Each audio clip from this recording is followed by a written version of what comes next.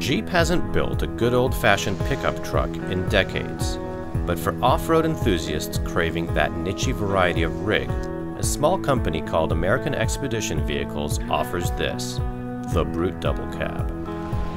Costing anywhere between $80,000 and $120,000, the Brute ain't cheap, but it doesn't get much more practical or American than this stretched-out, reimagined truck.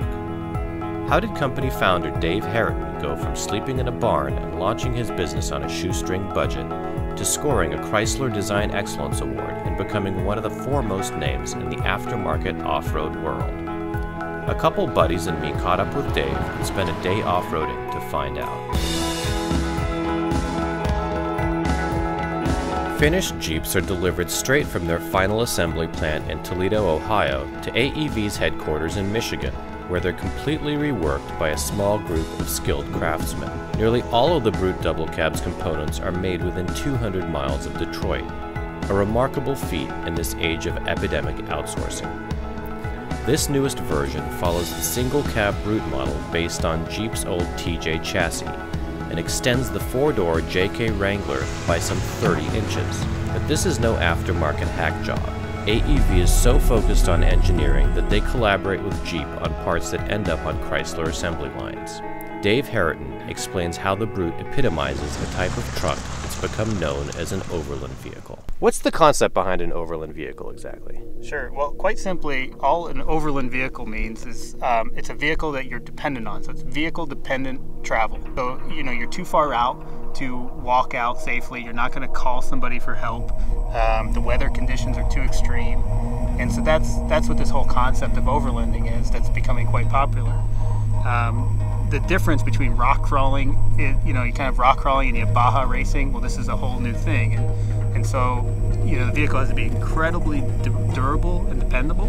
It has to be incredibly capable, because quite often you may just be doing dirt roads, but you may come up against something where you went somewhere and now you're coming back and the road's washed out.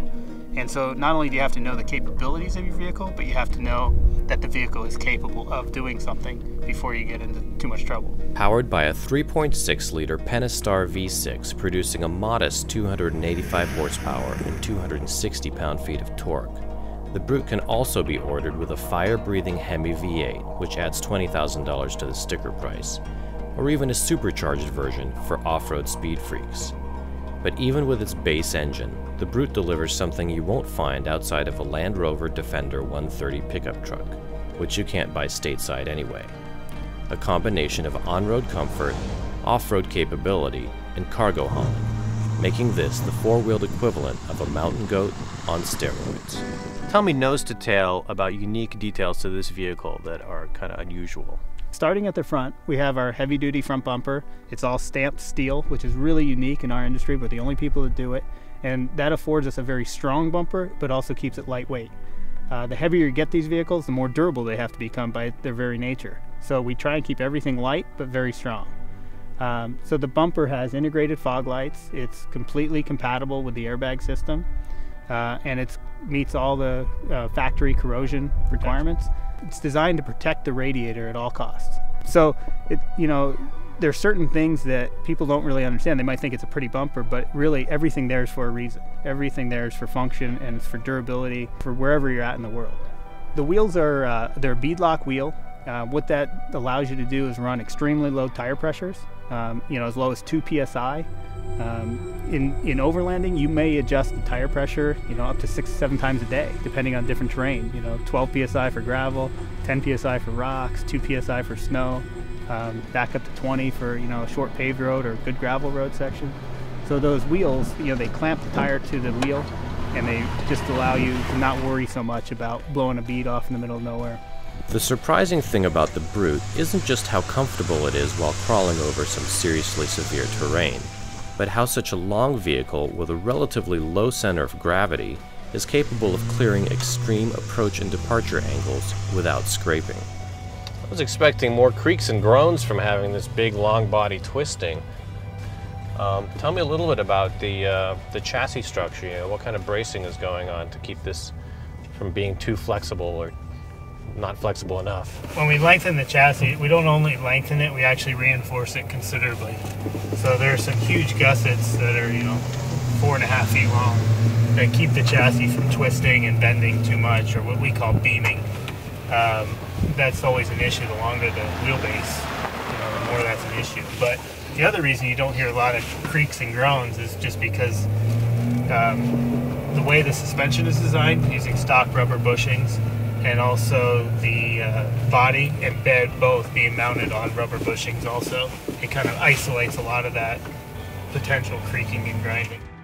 Tell me about the suspension setup on this truck. Is the goal to feel everything, or is it to be isolated and comfortable? Yeah, well, again, it's all about driver fatigue.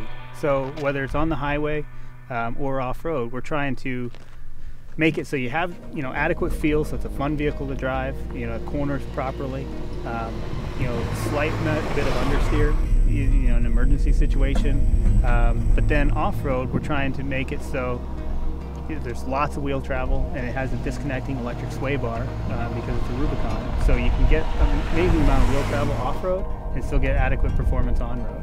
The suspension is unique because we have the same guys who design the factory suspension helping us design our suspension. And we've really improved both in handling, load carrying capability, and safety. And those are kind of the important things for overlanding. With our original Brute, we went with an all steel bed. That's our specialty, is steel stamping. With this Brute, it was imperative to cut the weight.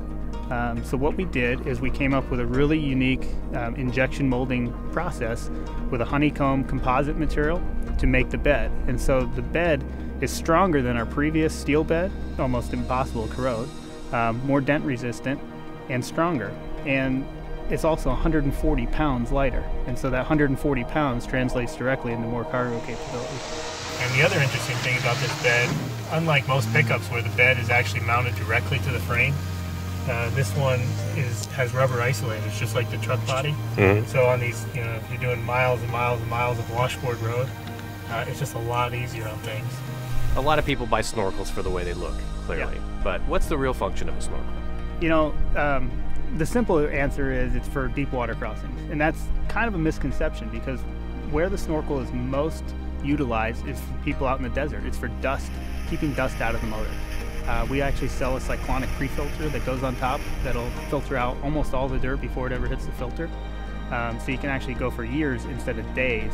If you're traveling if you're have a little convoy in the desert and you're not the first guy, your filter could be plugged in as little as 45 minutes. So it's really important to have that dust filtration. And of course works in the water, keeps the water from ingesting the motor and hydrolocking. After a day of traversing trails and rock-strewn mountain paths, the Brute double cab proved its mettle with composure and effortless capability. Even with a humble V6, this bad boy made it clear that the guys at AEV can build a mean off-road rig. And while I may have missed the high-speed, Baja-style approach of a truck like the Ford Raptor, the Brute's overland abilities made it a refreshingly different way to take in the great outdoors on four wheels. In fact, this was the kind of experience that made me want to grab a couple buddies, load up that bed with provisions, and head off into the great unknown. After all, at the end of the day, there's something to be said for going as slow as possible, but as fast as necessary, making this kind of truck more about the journey than the destination. For Car and Driver, I'm Bassem Wassef.